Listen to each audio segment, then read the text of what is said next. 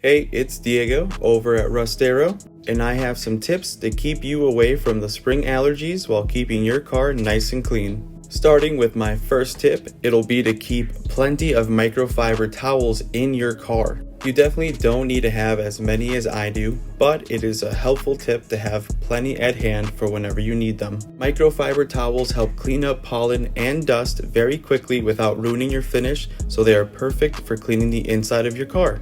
My second tip is to frequently vacuum and clean the inside of your vehicle. Vacuuming your vehicle regularly can help keep all the dust and pollen that might cause your allergies to flare up out of your vehicle and out of sight.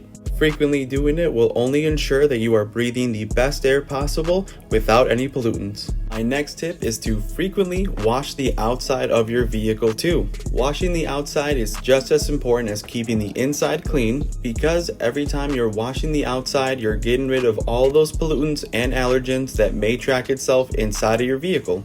My last tip to you is to invest in all-weather floor mats. All-weather floor mats are the best only because you can spray them out super easily and they'll protect your carpet from attracting and getting any pollutants or allergens stuck in it while also keeping your car looking great.